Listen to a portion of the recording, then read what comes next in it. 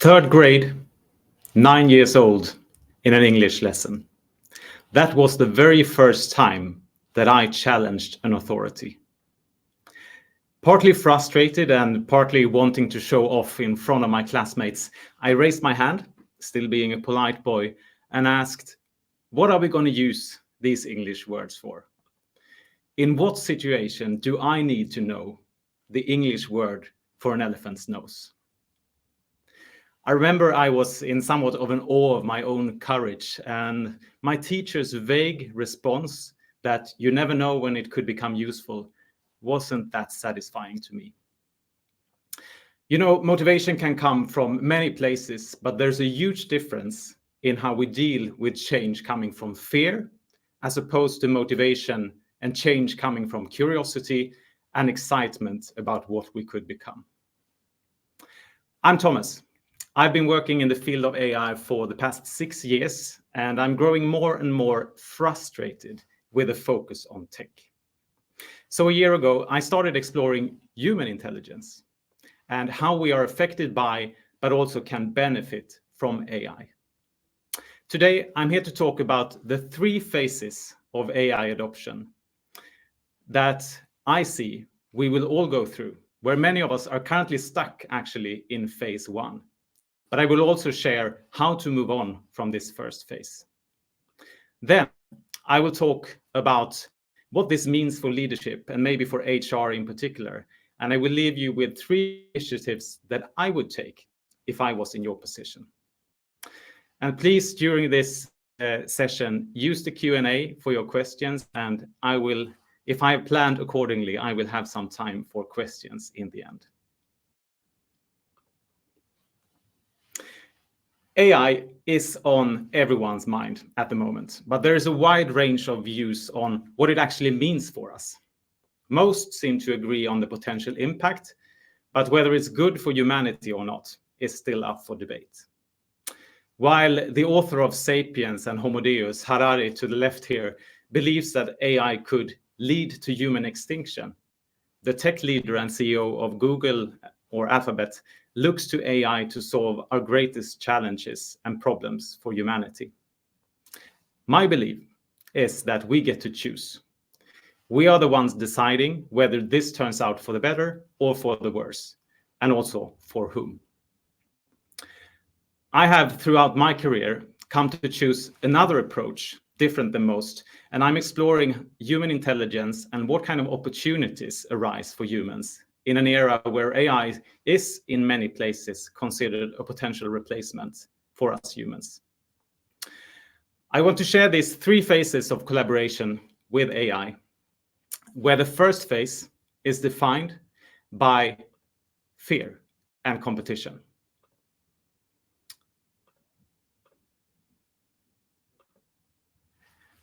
Fear and competition.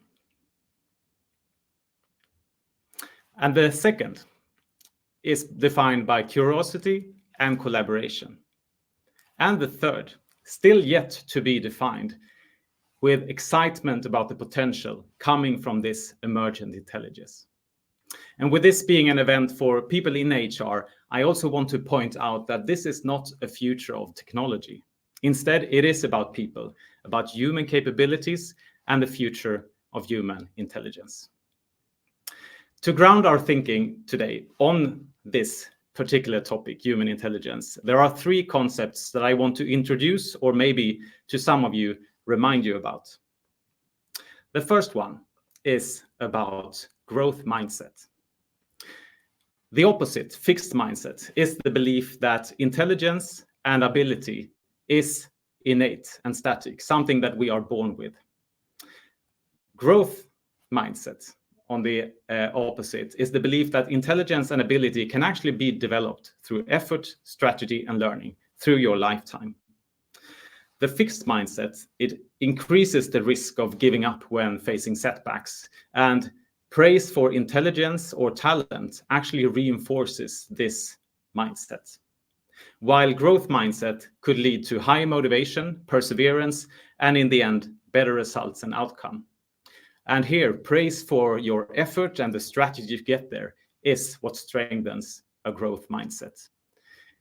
And we should remember that we all have a mix of these, and in different areas of life, we could be either fixed or growth. And that also goes for organizations, from what I see.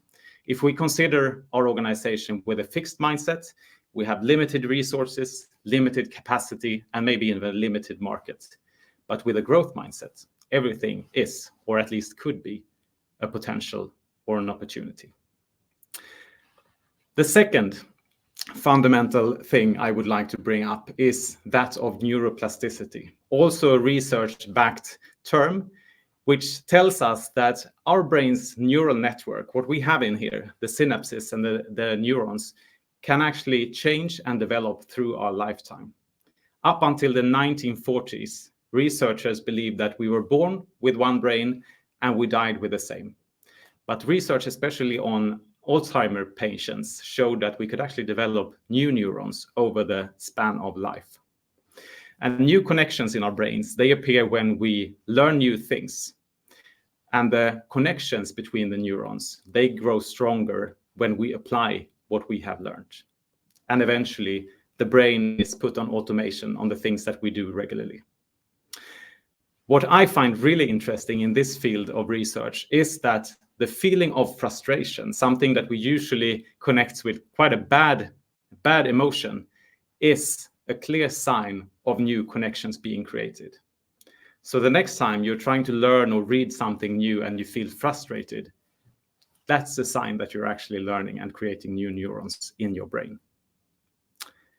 The third and final of these introductory concepts is the Bloom taxonomy model. And maybe many of you who have been working in learning and development and HR know about these concepts since before, but I find it to be fundamental in how we approach learning and our own brain going forward. And what my English teacher couldn't help me figure out back then was what to make of my learning. So I was stuck on the first level of learning, the remembering part. I could memorize things and maybe I could bring them up later in life, but without any application of this learning, it wasn't very interesting to me. One way to describe learning in different levels is this Bloom taxonomy, and it's a hierarchical representation of learning, from memorizing at the first level to applying and creating on top of. Motivation for learning and learning to these highest level, 5 and 6, comes from applying or creating something from what you have learned. In a job context, for example, the application level might be most applicable, level 3. But to reach these highest level, you need to have an idea of what you want to create, design, or invent. It could be writing a book, making a speech like this, or as for me in my regular life, designing executive learning programs. And while this first level of learning, remembering, could be facilitated by what we call extrinsic motivation, like salary or bonuses or getting grades, all the other levels from 2 to 6 require intrinsic motivation to achieve. So with these 3 concepts in mind, let's look at the 3 phases of AI adoption that I believe that we are approaching. The first one I call separate, and that's where the most of us are currently. Here we are looking at human intelligence versus artificial intelligence. The second step that we're approaching is what I call hybrid intelligence, when we collaborate, where there is human intelligence and artificial intelligence. And the third phase that we are still having, maybe way ahead of us, is what I call emergent intelligence. That's when humans and AI work with each other and collaborate in a way that we have not yet seen. So, for this first phase, my images have disappeared from my slide, but to the left, you should see a circle with human intelligence, and to the right is artificial intelligence. Just a very simple model about these 2 separate activities. Most leaders and companies I meet are currently looking to AI for efficiency and productivity. AI is a tool like previous technology, although with much more capability. But the race towards efficiency is in many cases a much needed one. Many important workflows of today do not have the capacity to deal with a growing workload, for example, in healthcare and in law. To speed things up, automation and outsourcing of some of the work to scalable technology will for sure be a necessity. But while this approach is driven by actual needs, there is little to no incentive for many of us to embrace it from a work perspective. This fear of being replaced and become redundant is real. On top of that, the current approach we are taking in using AI to outsource work to create and produce results is actually exacerbating the potential redundancy of human intelligence. Earlier this year, in a study made by Microsoft Research Center, 300 knowledge workers were set up to use AI for solving tasks and problems. Researchers evaluated their work and asked them to what extent they trusted AI. They found in this study that higher trust in AI led to a less critical approach to the results. And we all know that generative AI sometimes sounds smarter than it actually is. Also, they found that the efforts the control group working without AI put into solving the problems diminished for those who used AI. And their efforts were instead put into evaluating the results. Most participants in this study reported that they made less effort overall when using AI. This could sound like a good thing, giving us a smaller workload overall, but what this means over time is that we, step by step, give up our own thinking, which could, in the end, lead to a diminishing cognitive abilities. Our brains will become old much earlier than before.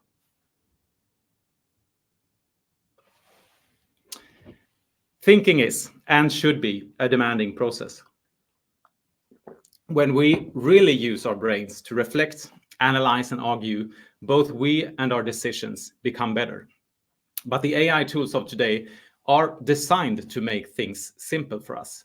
You can easily put in a question and get a good response back without the hassle of doing the thinking yourself. And we are biologically programmed to save energy and always seek the path of least resistance, which makes this design not actually supportive to us, but competitive. Instead, what we need to do is to intentionally work to improve our abilities. Someone compared these two approaches to either doing weightlifting or forklifting.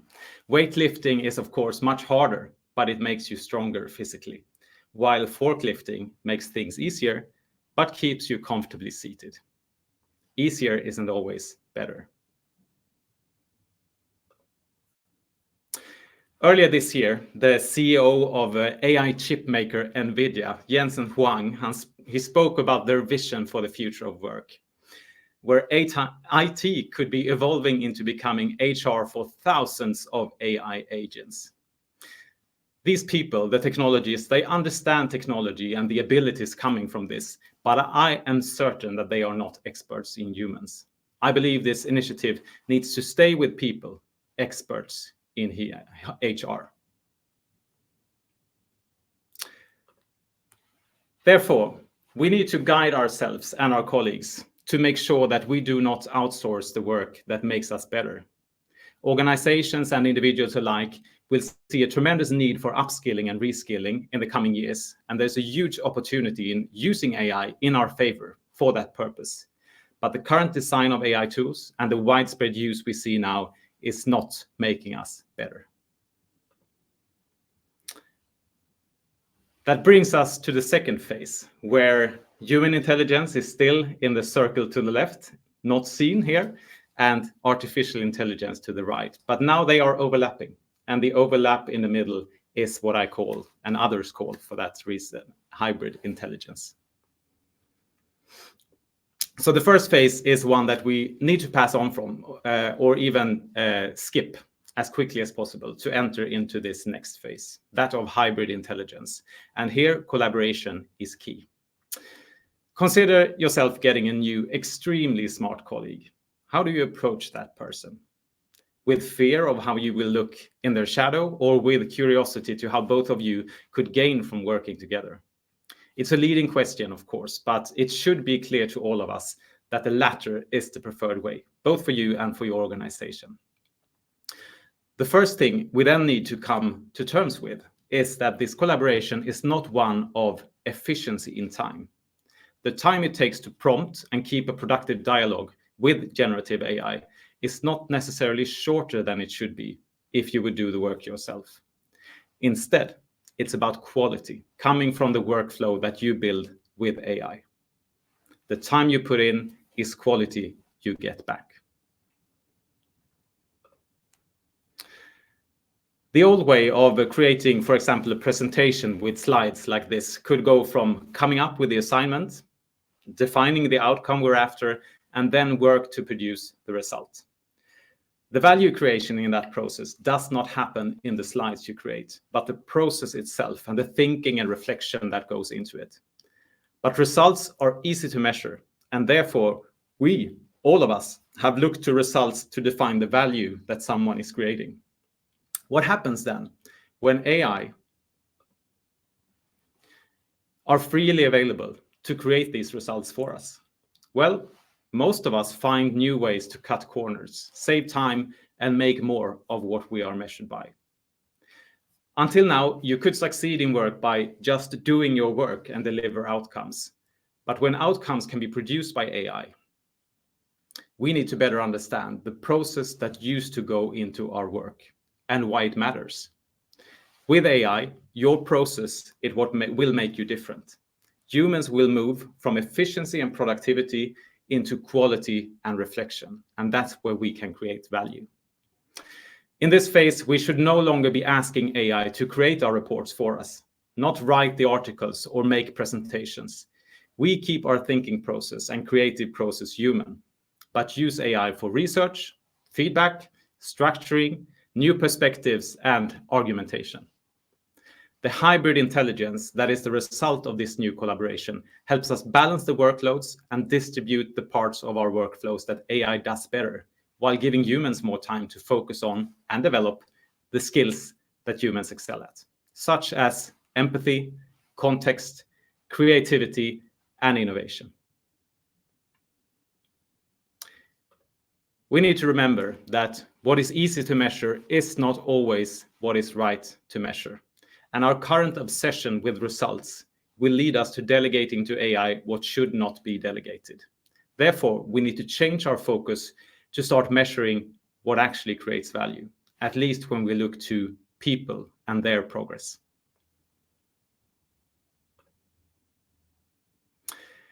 The third phase, emergent. Not yet initiated, but holding tremendous opportunity for humanity and the world.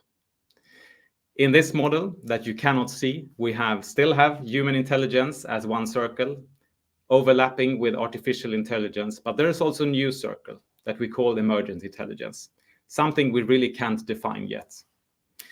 When we reach this phase, we have already figured out what the collective intelligence created between humans and AI look like. It has for sure created a lot of value, both for our customers and shareholders. But this is when it gets truly exciting. Imagine if we got all the smartest people in the world into the same room. What problems could be solved? What could be created? And how would we describe the collective intelligence that emerged? The human brain, powered by AI, will have a capacity far exceeding what we know today. The skills and knowledge we have developed over generations, but distributed across a wider population, will now be accessible by individuals and organizations. This means that our shared capacity to solve problems, to be creative and to think new thoughts will increase substantially. The working memory of the human brain has the capacity of keeping 8 objects active at the same time. And the equivalent for AI is called context window, and they are increasing in capacity for every month now even.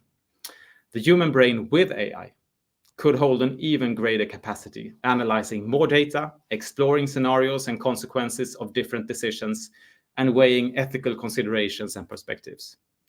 We would have constant access to a brain capacity exceeding the smartest people in the world. But instead of building this, we're currently letting AI efforts go almost fully into creating replicas of the human mind. It's a wasted opportunity to me. We're currently investing billions in creating these digital replicas of our minds. Global spend on training AI models is expected to reach more than $600 billion in 3 years. But how much are we investing currently in training ourselves? And are we clear on what skills we need to develop to stay relevant? Now everyone is telling us we need to learn AI, but where do we even start? For all of us working with people, as leaders or more specifically within HR, learning and development will be a growing challenge as well as opportunity. But what's also changing is what we need to train for. We will for sure continue to need people who have certain knowledge and skills around things, but we also need to train for them to become more human.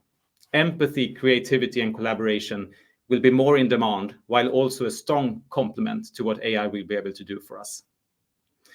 During this transition, we will need to better lead ourselves, to learn and develop, to reinvent ourselves and the role we take at work. This at the same time as we lead others, learn and develop our teams, and reinvent our organizations as well as work itself. It's a huge task put on all of us. But the good thing is that these are things we already know. These are HR skills that now need to be distributed to the wider population of your organization. So for all of you working in HR, you are now being given the chance to explore and develop the future of human intelligence. This is not a future of technology. It's a future of people, and you happen to be the people person.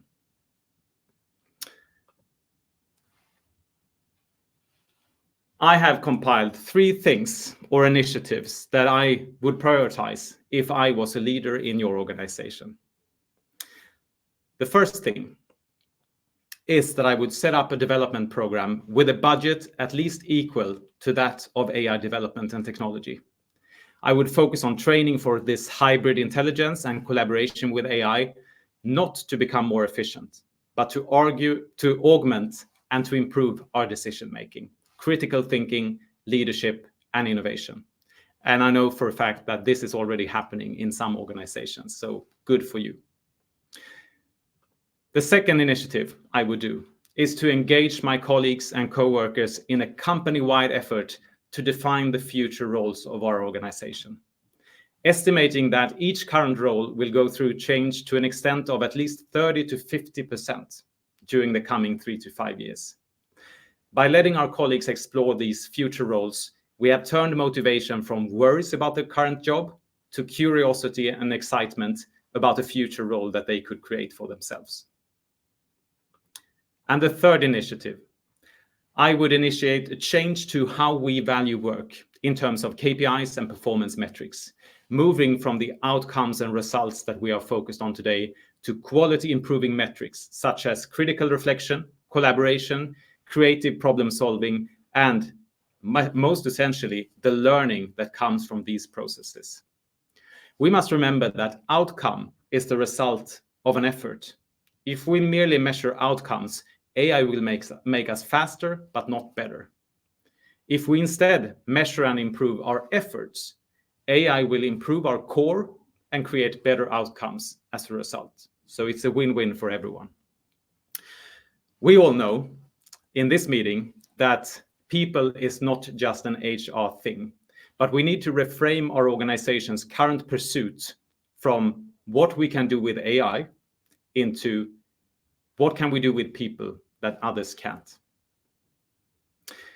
It will be continuously hard to make people adapt to new technology and change they have not asked for, especially when said technology is challenging our work identity.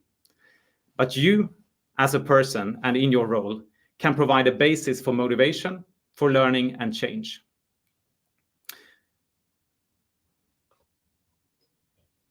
We need to move on from the fear of being replaced to a curiosity about what we can explore already, and from there, the excitement to build a shared future.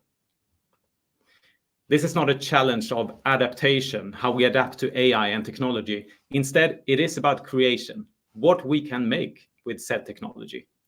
And to create the future and the future of human intelligence is a task that for sure will be motivating to many, at least to us. If I knew I would be creating this presentation from the English lesson back in the days, I would happily have learned every body part of that elephant. We're not here to be replaced. We're here to create and to make life better. And the opportunity that we have been served now is to create a collective intelligence for the future. The people working with people, leaders and HR, are in the driver's seat of this transition. But the question, both for us as individuals and organizations, will we be working to become more efficient, or will we strive to be different? Thank you.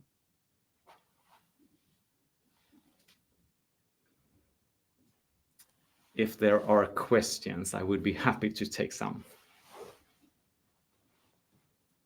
Here's one. Do you think we will do a full circle with AI where we get to a point where human input interaction becomes the desired value, like with new generation rediscovering Polaroids? Well, there is this sort of unspoken rule that everything has a pendular effect, where we run in one direction and then run in the opposite direction and then back again. I think what I've learned through my years, it's almost 20 years now in digitization and digital transformation, is that we always think that in the beginning it is technology against what we already know. When I was in media, we always talked about the digital products as opposed to the physical printed products. But what we see today, many, many years later, is that it's just a new combination and a new balance between the two. So I think when we now look to AI as a potential replacement and threat, it will never happen. It will never be about that. But there will be a new balance between the two. So I wouldn't say full circle, but I would say a pendular effect for sure. But the long-term effects is not either or. It's how they are combined. How do you imagine we measure effort instead of outcome? That is a truly great question. And again, everything that is worth measuring is not necessarily easy to measure. But I think someone who manages and leads people sort of has the intuitive feeling of what is a great effort or not. And that is different between people. What is a big effort for someone is maybe a small effort for someone else. But as a leader, to see it as your role, to look for effort and to value and credit that effort is probably easier than if you go around and try to make this into a spreadsheet or a dashboard that shows values.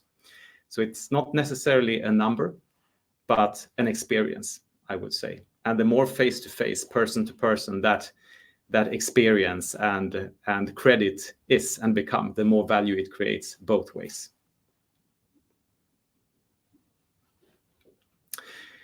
Very interesting. Thank you. Do you have in mind some example of companies that started to implement this properly? And I would then guess that you are talking about the hybrid intelligence. I think many organizations who are becoming more mature of AI have learned, maybe even the hard way, that implementing AI fast and trying to see a return on investment of that is not very easy. But a by effect or a bonus effect of doing that work is the learning that is created within those who are part of that project. So those who have tried to automate processes and make them faster, more efficient, or maybe even fully automated, have also received a deeper understanding of what AI could do. And when we get there, when we see that this is actually the value we could get out of it, not just putting something to work in a separate system, but actually collaborate to get to somewhere new. I've seen that happen in individuals, but I wouldn't say in general in organizations yet. It's not manifested as processes and procedures yet, from what I can see. And that's time. Thank you so much for listening in, and thank you for the questions. Feel free to hook me up on LinkedIn if you want to talk more.